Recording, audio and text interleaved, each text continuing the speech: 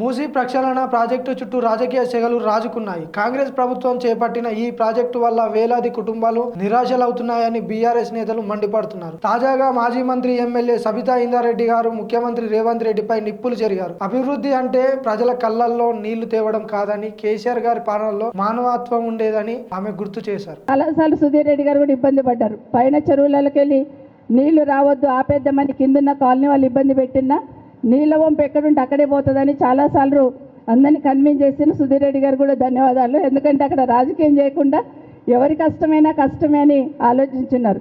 ఆ సందర్భంలో ఎస్ఎన్డిపి నాలాలు కట్టాలని కేసీఆర్ గారు మాకు సలహా ఇచ్చినప్పుడు ఒక్క మాట మాకు అందరికీ కూడా చెప్పున్నారు.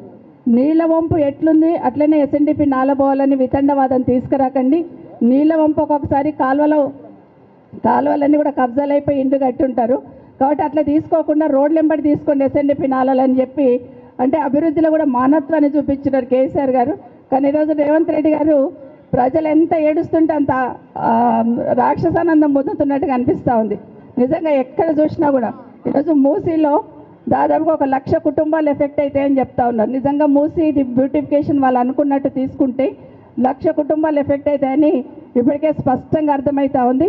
ఒకటి మాత్రం నాకు అర్థమవుతుంది, కేసీఆర్ గారేమో ఉన్న 10 సంవత్సరాలు ఏదైనా జాగా ఉంటే తీసుకొని డబుల్ బెడ్రూమ్ ఇల్లు కట్టి పేదవాళ్ళకి ఇవ్వాలని ఒక సంకల్పంతో 9 సంవత్సరాల్లో 1,00,000 డబుల్ బెడ్రూమ్ ఇల్లు కేసీఆర్ గారితే 4 సంవత్సరాల్లో 1,00,000 ఇండ్లు కూలుస్తాను రేవంత్ రెడ్డి గారు కంకణం కట్టుకున్నట్టుగా అనిపిస్తుంది ఈరోజు.